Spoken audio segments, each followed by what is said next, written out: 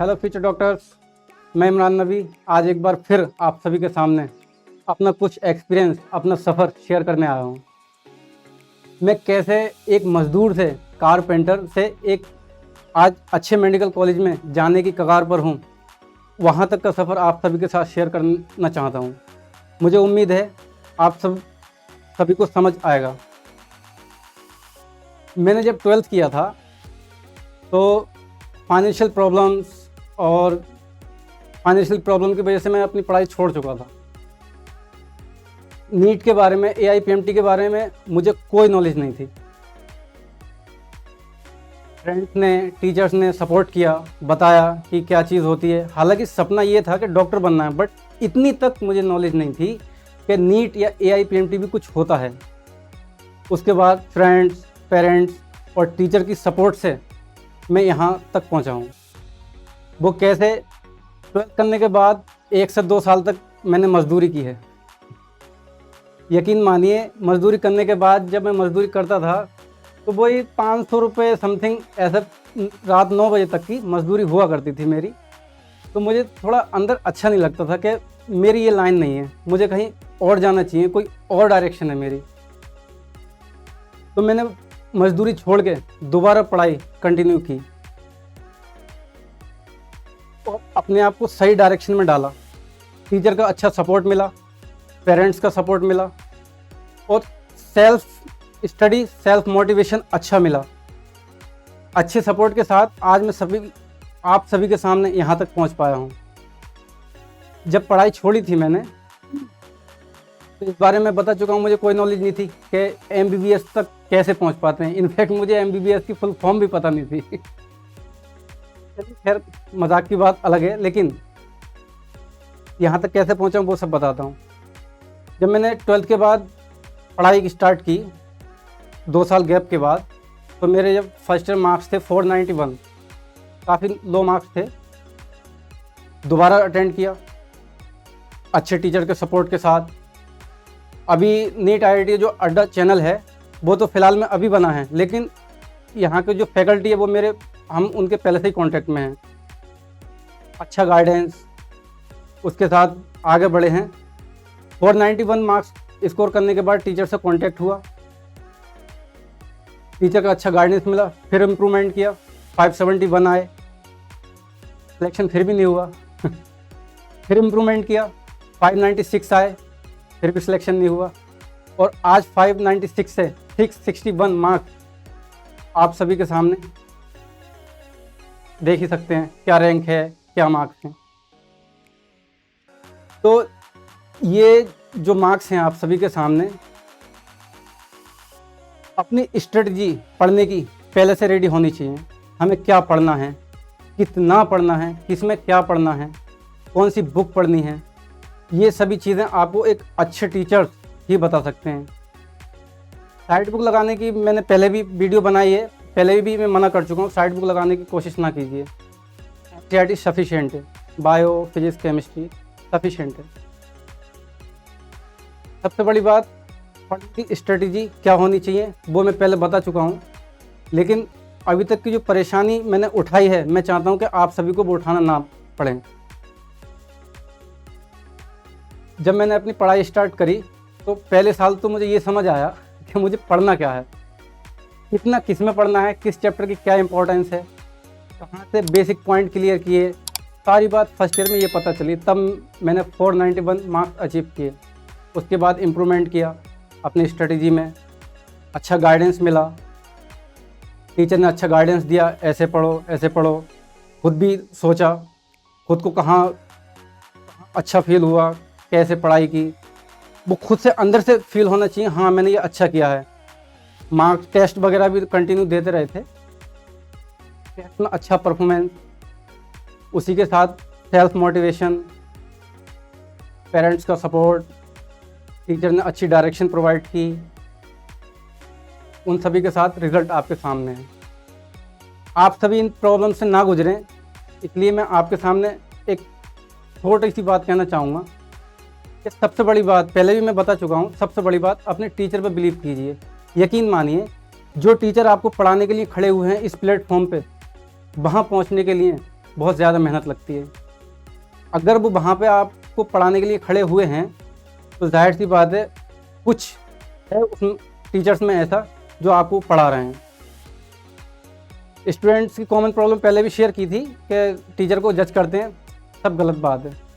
Teacher ने जो बता दिया वही सफिशिएंट है, उसको बस रख लीजिए अपने पास कि हाँ यही है, इसके अलावा कुछ नहीं। Continue effort.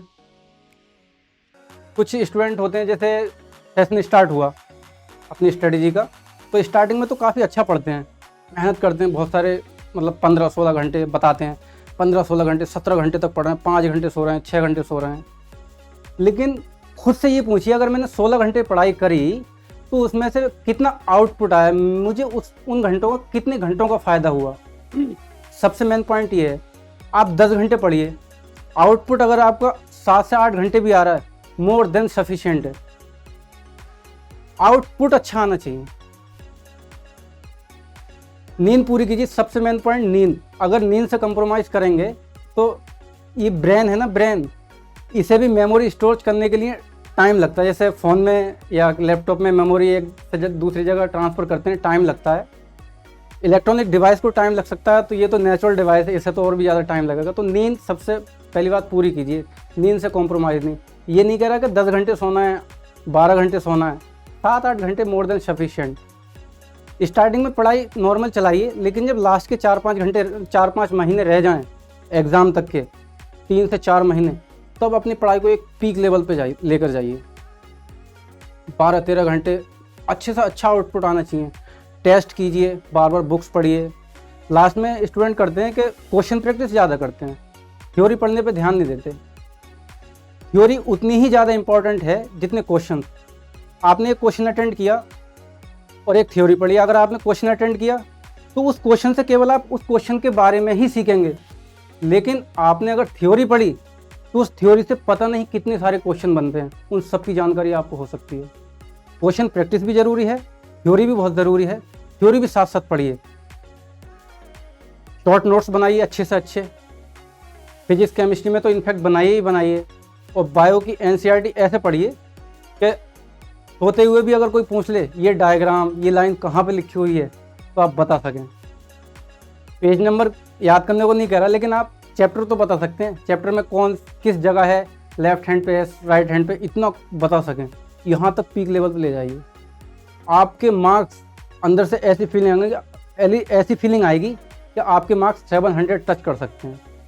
हाँ बिल्कुल सही, बिल्कुल सच बोल रहा हूँ, हकीकत है ये। ट्राई कीजिए, कोई दिक्कत नहीं है।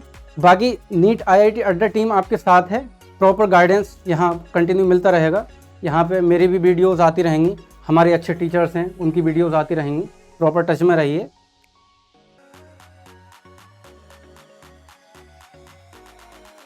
अपनी फाइनेंशियल प्रॉब्लम के साथ बहुत ज़्यादा सफ़र किया है, बस आपके साथ शेयर नहीं कर सकता, एक तरीके से रोना आ सकता है। सारी बात शेयर नहीं कर सकता, लेकिन बहुत ज़्यादा फाइनेंशियल प्रॉब्लम से हम गुजरे हैं। लेकिन आज अपने आप को ये महसूस करता हूँ कि हाँ प्रॉब्लम्स आई, लेकिन आज अच्छे लेवल पे मैं हूँ। वो क्यों? पहली बात, हिम्मत नहीं हारी। ड्रॉप पे ड्रॉप होते गए, लेकिन हिम्मत नहीं हारी। लोग क्या कहते हैं उससे कोई फ़र्क नहीं पड़ता। आप अपने बारे में क्या सोचते हैं, आपके पेरेंट्स क्या सोचते हैं आपके बारे में, वो क्या कहते हैं, मैटर वो करता है। एक आप सभी ने एक कहानी सुनी होगी। एक मेंढक था, वो पेड़ पर चढ़ने की कोशिश कर रहा था। अब जनरली मेंढक कैसे चढ़ पाएगा पेड़ पर, स्ट्रेट फॉरवर्ड पेड़ होता है, तो कैसे चढ़ पाएगा, लेकिन वो बार बार कोशिश कर रहा था। अब उसके जो पड़ोसी थे, जो अदर मेंढक थे, वो उससे कह रहे थे ऐसा कैसे हो सकता है, नहीं चढ़ सकता, डिमोटिवेट कर रहे थे एक तरीके से। लेकिन मेंढक बार बार कोशिशों के बाद भी नहीं चढ़ पा रहा था। लेकिन एक दिन ऐसा आया, एक टाइम ऐसा आया कि वो पेड़ पे चढ़ गया। इम्पॉसिबल लगता है, लेकिन हाँ उसने चढ़ के दिखाया। बात को पता हुआ कि वो मेंढक जो उसे डिमोटिवेट कर रहे थे, उनकी बात ही नहीं सुन रहा था, बहरा था मेंढक, लेकिन उसने करके दिखाया।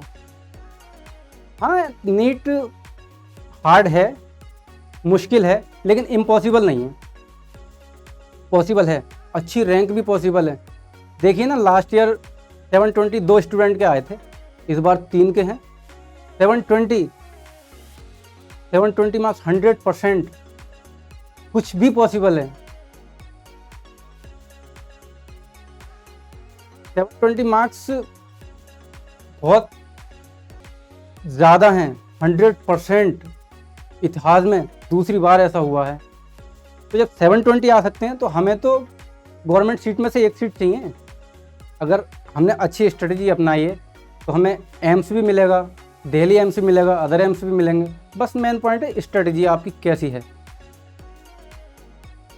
आप कैसी क्या सोचते हैं, कैसा गाइडेंस आपको मिलता है। गाइडेंस बहुत ज़रूरी है, उसके बिना अगर गाइडेंस नहीं है तो फिर तो एक तरीके से स्टूडेंट के लिए ये हो गया कि अंधेरे में तीर चलाना जो सही नहीं है। उससे कुछ हद तक अचीव किया जा सकता है, बट अच्छी रैंक और सिलेक्शन थोड़ा मुश्किल हो सकता है। लेकिन प्रॉपर गाइडेंस अगर मिलेगा तो नॉर्मल स्टूडेंट बहुत अच्छी रैंक ला सकता है। आज मेरे कॉन्टैक्ट में ऐसे भी स्टूडेंट हैं जो लास्ट ईयर 250 मार्क्स थे ओनली, आज उनके 650 हैं। ऐसा भी हो सकता है, कुछ भी हो सकता है। तो मैटर ये नहीं करता इस बार आपके कितने मार्क्स हैं, मैटर ये करता है इस बार आपकी क्या स्ट्रेटेजी रहनी चाहिए ताकि आप 650 प्लस जा सकें 2022 में। और बिल्कुल जा सकते हैं, कुछ भी हो सकता है। बस अपने आप पे भरोसा रखिए। आपको अपने आप पे इतना भरोसा रखना है कि अगर कोई चैप्टर मैंने पढ़ लिया तो उसे पढ़ने के बाद ये अंदर से फील होना चाहिए कि अब इस चैप्टर से कैसा भी क्वेश्चन आ जाए वो मैं कर सकता हूँ। एक जनरल सा एग्जांपल देता हूँ इसके रिगार्डिंग। एक सुपर 30 मूवी देखी होगी आपने, जिसमें ऋतिक रोशन ऐसा करके करता है, ऐसा करके, समझ आया, दिखाई दिया इस तरीके से। तो अगर फिजिक्स आपके समझ में आती है तो हाँ, सच में दिखाई देता है, सच में फील होता है कि हाँ फिजिक्स में ये सब चल रहा है। इतनी अच्छी हो जानी चाहिए फिजिक्स। और जिस दिन आपकी अच्छी फिजिक्स हो गई उस दिन ऐसा आपको खुद फील होगा कि हाँ मुझे भी दिखाई दे रहा है, पार्टिकल कहाँ से कहाँ को गया, पत्थर इधर फेंका, काइनेमेटिक्स में इधर यहाँ से वहाँ फेंका, तो सब कुछ दिखाई देता है, सब कुछ विजुअलाइज होता है। इस लेवल तक आप अपनी स्ट्रेटजी को ले जाइए कि आपको कोई भी क्वेश्चन नया ना लगे। क्वेश्चन प्रैक्टिस ज़्यादा से ज़्यादा कीजिए, उसके साथ साथ थ्योरी भी पढ़िए, ये बता दिया मैंने। बायो में एनसीईआरटी बार बार पढ़िए। अगर कुछ पॉइंट ऐसे हैं एनसीईआरटी में जो डायरेक्ट हैं बट समझ नहीं आते, वहाँ पे टीचर की ज़रूरत तो पड़ती ही है। तो वहाँ पे टीचर से अच्छे से डिस्कस कीजिए, सर ये पॉइंट कहाँ से रिलेटेड है, मेरी समझ क्यों नहीं आया, यहाँ पे मैंने क्या गलती कर दी। टीचर आपको सब बताएंगे। और इस बार जिसने भी एग्ज़ाम दिया है वो खुद से ये पूछे कि इस बार मैंने ऐसी कौन सी गलतियाँ कर दी जो इस बार मेरा सिलेक्शन नहीं हो पाया या कितने मार्क्स से रह गया। अब मुझे ऐसा क्या करना चाहिए कि फिजिक्स में अच्छे मार्क्स, केमिस्ट्री में अच्छे मार्क्स, बायो में अच्छे मार्क्स आ जाएं।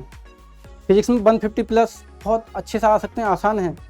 150 प्लस केमिस्ट्री में बहुत अच्छे से आ सकते हैं। 630 प्लस बायो, 330 प्लस बायो में आराम से आ सकते हैं। पेपर आसान ही आ रहा है, इस बार थोड़ा लेंदी हो गया था, टफ नहीं कहेंगे, थोड़ा लेंदी था क्योंकि 20 क्वेश्चंस भी बढ़ गए थे। फिजिक्स में थोड़ा थ्योरी भी ज़्यादा थी तो इस वजह से थोड़ा लेंदी हो गया था, बाकी टफ नहीं था।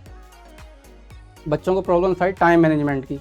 तो टाइम मैनेजमेंट इस बार हमारा ऐसा होना चाहिए कि 200 क्वेश्चंस हमें 3 घंटे से में भी 10 मिनट बचने चाहिए। एक्यूरेसी भी साथ में होना चाहिए। टाइम मैनेजमेंट हम जब टेस्ट प्रैक्टिस करेंगे तो ऐसा होना चाहिए कि 10 मिनट बच ही जाएँ। हालांकि वहाँ के लिए बचा कर रखें, वहाँ में टाइम नहीं बचाना, बट जब टेस्ट देंगे तो उसके लिए बच जाए, कोई दिक्कत नहीं। टाइम मैनेजमेंट बहुत अच्छा होना चाहिए। 3 घंटे में 200 क्वेश्चन आराम से हो सकते हैं, कुछ भी पॉसिबल है। जब 12th का एग्ज़ाम देते थे तो 3 घंटे के लिए 15 क्वेश्चन आते थे। आज 3 घंटे में 100 क्वेश्चन बायो के, 50 क्वेश्चन केमिस्ट्री के और 50 क्वेश्चन फिजिक्स के। 12th में डेरिवेशन करना होता था, लेकिन कुछ क्वेश्चन इतने लेंदी हो जाते हैं कि डेरिवेशन तो उनमें भी करना पड़ जाता है। तो सोचिए 12th से हमें कितना अपर लेवल तक लेके जाना है, और वो सब पॉसिबल करके दिखाना है। वो सब होगा अच्छे गाइडेंस और आपकी सेल्फ स्टडी और टीचर की सपोर्ट से। बिल्कुल 650 प्लस अपना टारगेट बना लीजिए। आपके टेबल पर एक हेडलाइन होनी चाहिए कि 2022 में 650 प्लस मार्क्स लाने ही हैं। कॉलेज डिसाइड कर लो कौन से कॉलेज में जाना है, और जब आप पढ़ने बैठेंगे तो आपको खुद ही याद होगा, हाँ मुझे ये करके दिखाना है। एक रूटीन की बात आती है कि रूटीन क्या रखा जाए। मैं रूटीन के मामले में नेचर के अगेंस्ट नहीं जाता। नेचर ने रात बनाई है सोने के लिए, उस चीज़ को मैं पूरा एंजॉय करता हूँ। सोता हूँ आराम से, रात में मैं सोता हूँ। रात में स्ट्रेटेजी पढ़ाई वगैरह स्टडी नहीं हो पाती। 10 से 11 बजे मैक्सिमम 12 बजे तक पढ़ाई की, उसके बाद से मेरे साथ तो कभी पॉसिबल नहीं हुआ कि मैं पढ़ सकूँ। लेकिन सुबह 5-6 बजे आराम से उठे और पढ़ाई स्टार्ट कर दी। एक एंड्रॉयड फ़ोन की प्रॉब्लम है, कोई बात नहीं, 1 साल बाद चला लेंगे। अच्छे कॉलेज में जाने के बाद एक से एक अच्छा फ़ोन यूज़ करेंगे, मैटर नहीं करता। एंड्रॉयड फ़ोन अच्छी चीज़ है अगर उसे अच्छे से यूज़ किया जाए तब। तो अपना जो रूटीन है दिन का वो ऐसा कीजिए कि जब एग्ज़ाम का टाइम आए, 2 से 5 होता है एग्ज़ाम, उस समय आपकी एक्यूरेसी और एक्टिविटी अच्छी होनी चाहिए। उस समय कभी मत सोइए। अच्छे से अच्छा एकदम प्रैक्टिस,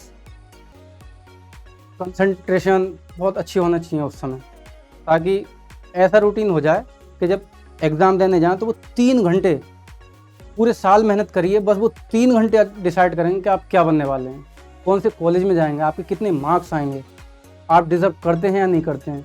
आपने पूरे साल मेहनत करी अच्छे से, अगर वो सोची 3 घंटे अच्छे ना गए तब क्या होगा। इसलिए उस समय कोशिश कीजिए कि आप अच्छी से अच्छी एक्टिविटी करें पढ़ाई से रिलेटेड।